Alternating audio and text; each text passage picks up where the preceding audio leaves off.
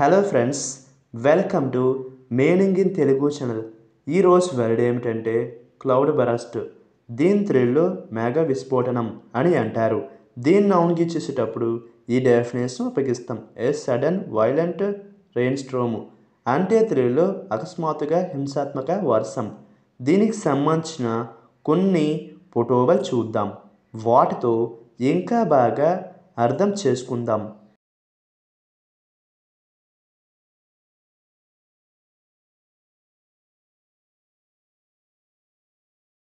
అలాగే దీనికి సంబంధించిన కొన్ని ఎగ్జాంపుల్ చూద్దాం.